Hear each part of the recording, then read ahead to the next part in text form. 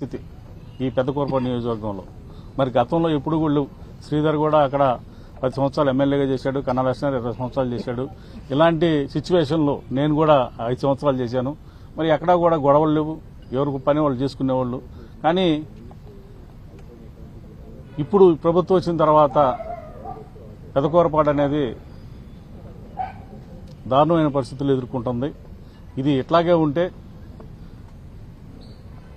మా కుర్రోళ్ళు కూడా, మా కార్యకర్తలు కూడా ఎదురు తిరిగి చేసే పని త్వరలో ఉంటుంది.